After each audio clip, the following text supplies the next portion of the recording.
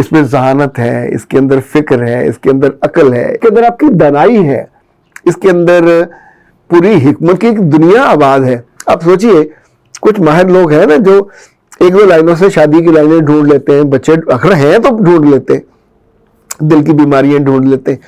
آپ کی عادتیں اس کے اندر ہے, آپ کا مستقبل اس کے اندر ہے. اللہ نے رکھا ہے آپ کو جو چیزیں, اگر اس کا علم ہو جائے, صدیوں سے یہ علم ہے, ستاروں سے اور وہ جو عربوں میں ہوتے تھے تیروں سے کرتے تھے, وہ بہت سختی سے منع ہے, وہ نہیں کرنا چاہیے. لوگ ان لائنوں سے عام طور پہ موت اور زندگی ڈھونڈتے رہتے, وہ نہیں ڈھونڈنی چاہیے.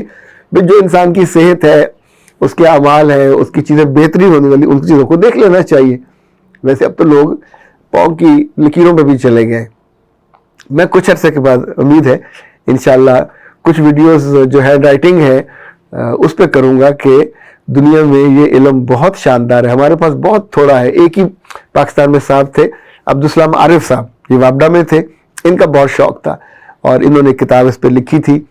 یہ بھی میرا خیال کہیں ملے گی نہیں پاکستان میں کسی کے پاس, اور انہوں نے وہ ان کی واحد کتاب تھی پاکستان میں. انگریزی میں تو خیر مل جاتی ہیں, اور سیارہ ڈائجسٹ والوں نے اس کو چھاپا تھا. تو ہر بندہ جس چیز پہ لگ جائے. اوکے, میں نے پھر ڈاکٹر صاحب سے اس لڑکی کی فوٹو دیکھ کے کہا کہ میری گزارش تو یہ ہے کہ اس لڑکی سے شادی مت کیجیے گا. تو انہوں نے کہا کہ میری تو ماں پیچھے پڑی ہوئی ہے, اس نے کہا رشتہ کرنا ہی کرنا ہے.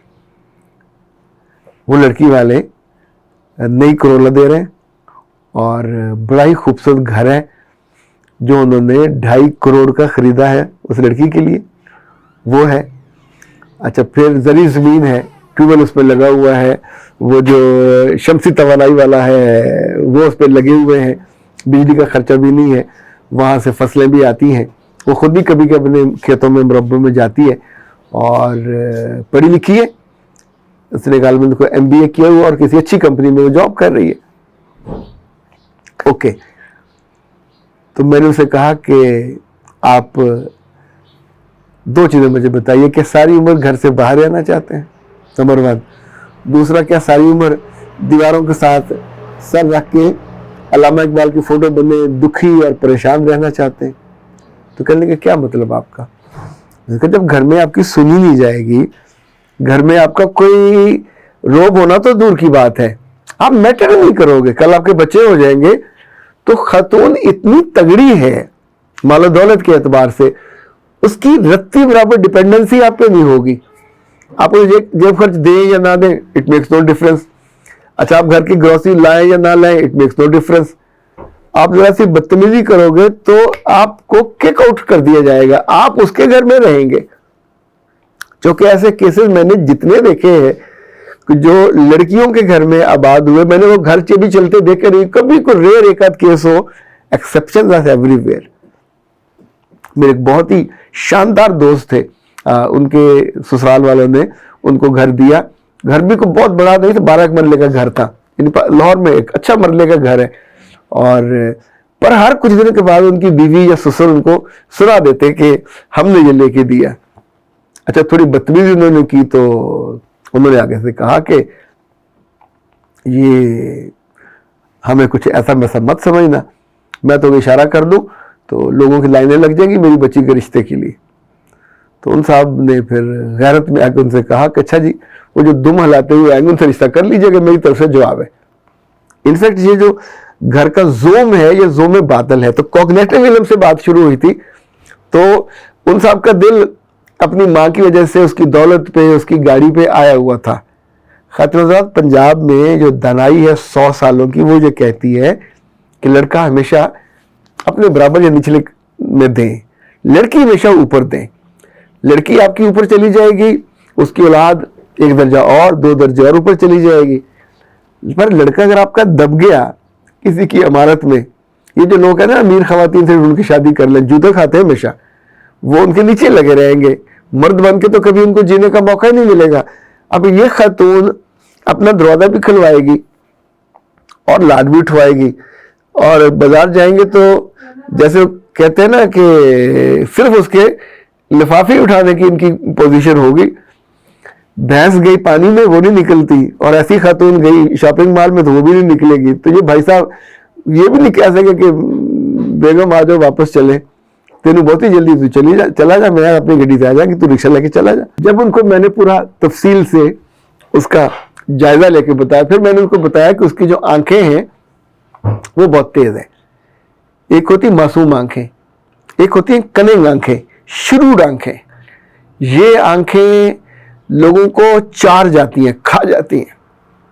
اور مجھے شک تھا, اس کو تو میں نے یہ نہیں کہا, مجھے شک تھا کہ اس خاتون کے اتنی دولت اور طاقت کے ساتھ کتنے سارے افیئرز ہوں گے اور جو اس کی مرضی سے وائنڈ اپ ہوئے ہوں گے. یعنی اس کو چیٹ کہیں نہیں ہوا ہوگا, اس نے چیٹ کیا ہوگا. ایسی خاتون اپنی شرائط پر ڈکٹیشن کراتی ہیں, یہ کھلاتی ہیں. یہ ہمارے دوست ہیں سلیم مغل صاحب کراچی میں, وہ ایک خاتون کا بتایا کرتے تھے. اس کے ابا اس وقت بہت بڑے افسر تھے, پھر بعد میں بھی وہ وزیر بھی بنی سندھ گورنمنٹ کی. وہ بتاتے تھے کہ یہ بازار جاتی تھی تو 50 ہزار کی شاپنگ کر کے لفافے ایسے, اس کے جو کلاس فیلو تھے وہ لفافے پکڑتے تھے اور پکڑ کے پیچھے آتے تھے, اور اس نے کبھی کوئی لفافہ مڑ کے لیا بھی نہیں تھا. یعنی اس کو شاپنگ کے شوق تھا, پیسہ اتنا تھا اندھا دھن کہ اس کو خرچ کرتی تھی. اب اس خاتون سے آپ وفا کی توقع کرو, اس خاتون سے توقع کرو کہ آپ کی عزت بھی کرے اور آپ کے ساتھ گھر بسائے بھی, یہ ممکن نہیں ہے. اس کو تو اپنے سے بڑا تگڑا کوئی جاگیردار چاہیے ہوتا ہے جو اس کو دبا کے رکھے تیری اوقات کیا ہے, اور وہ اپنی اوقات پہ ہوگی تو چلے گی, ورنہ اس جیسے جو کہ بعض مردوں میں ان کی آنکھیں اتنی معصوم ہوتی ہیں, اتنے انوسنٹ, چہرے پہ ایک تو اتنی یتیمی مسکینی سی, دوسرا کبھی نوٹ کریں یہ پوز. اب یہ والا جو پوز ہے یہ بہت ہی واحد پوز ہے. یعنی اس کے اندر ایک عجیب سی بیچارگی, لاچارگی اور بے بسی والی ہے. یعنی یہ مسکراہٹ خسیانی مسکراہٹ ہے, اس میں تگڑا پن نہیں ہے, اس میں جان نہیں ہے, اس میں مردانگی بھی نہیں ہے. اچھا, جب کمبینیشن کرنا ہوتا ہے رشتوں کا تو کئی چیزیں دیکھنی چاہیے. اب ساری چیزیں مجھے نہیں پتا تھا, وقت کے ساتھ ساتھ جیسے جیسے آپ کا تجربہ ہوتا ہے, لوگوں کی باتوں سے آپ اندازہ کرتے ہیں, ان کی تعارف سے اندازہ کرتے ہیں, ان کی ٹون سے اندازہ کرتے ہیں. ایک خاتون میرا خیال ہے کو 52-54 سال کی ہمارے پاس آئی اور اس نے یہ اسپیشل پیکج لیا, اور جو رشتہ اس کو دکھاتے تھے آ کے انکار کر دیتی تھی, نہیں مجھے ایسا چاہیے, مجھے ایسا چاہیے.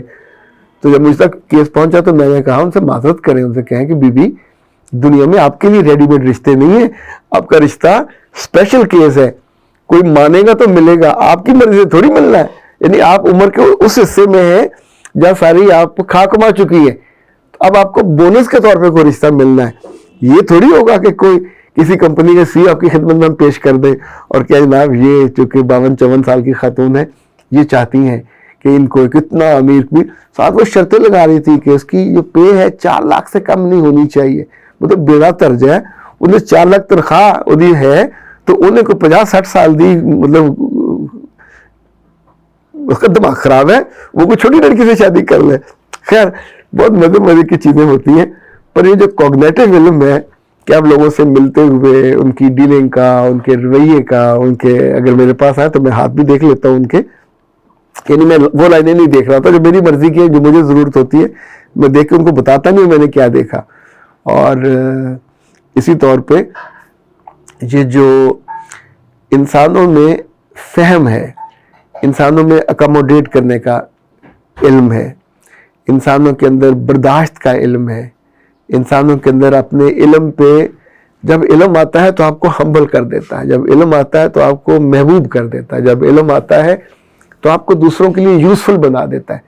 اگر اس علم کے ساتھ آپ کے جسم میں کانٹے نکل آئیں, آپ لوگوں کو کھانے اور ڈرانے دوڑ پڑے, تو وہ علم نہیں ہے, یہ تو کوئی ایسی چیز ہے جو بالکل ہی آپ کے شخصیت کو اور آپ کے پورے اس کینڈے کو اس نے برباد کر کے رکھ دیا. آپ نے غلط استعمال کر دیا, یا تو یہ آؤٹ ڈیٹڈ ہو گیا یا ایکسپائر ہو گیا, اور ایکسپائری چیزیں جو ہیں وہ بہت نقصان پہنچاتی ہیں. تو یہ خاتون حضرات آخری بات کر کے رخصت ہوتے ہیں آج کے اس کلپ سے. دنیا بھر میں بھی آئی ہے تحقیق کہ پاکستانی مرد اپنی خوبصورتی, مردانگی کی وجہ سے دنیا بھر میں پرکشش مردوں میں 3 نمبر پہ آتے ہیں. یعنی ذرا 100-150 کی لسٹ ہوگی تو 3 نمبر پر ٹاپ پہ ہیں. اب وہ اندازہ کیجئے پاکستانی مردوں کی اوقات کیا ہے, دہی لے آؤ, سبزی لے آؤ, مرغی لے آؤ, دالیں لے آؤ. اب وہ تیسرے درجے کے خوبصورت اور خوشنما اور وجیح لوگوں سے آپ استعمال کیا لیتے ہیں. تو اگر آپ کو کوگنیٹو علم ہوتا تو پھر بیچارے مردوں کی پاکستان میں یہ اوقات بھی نہ ہوتی. اجازت دیجیے. السلام علیکم.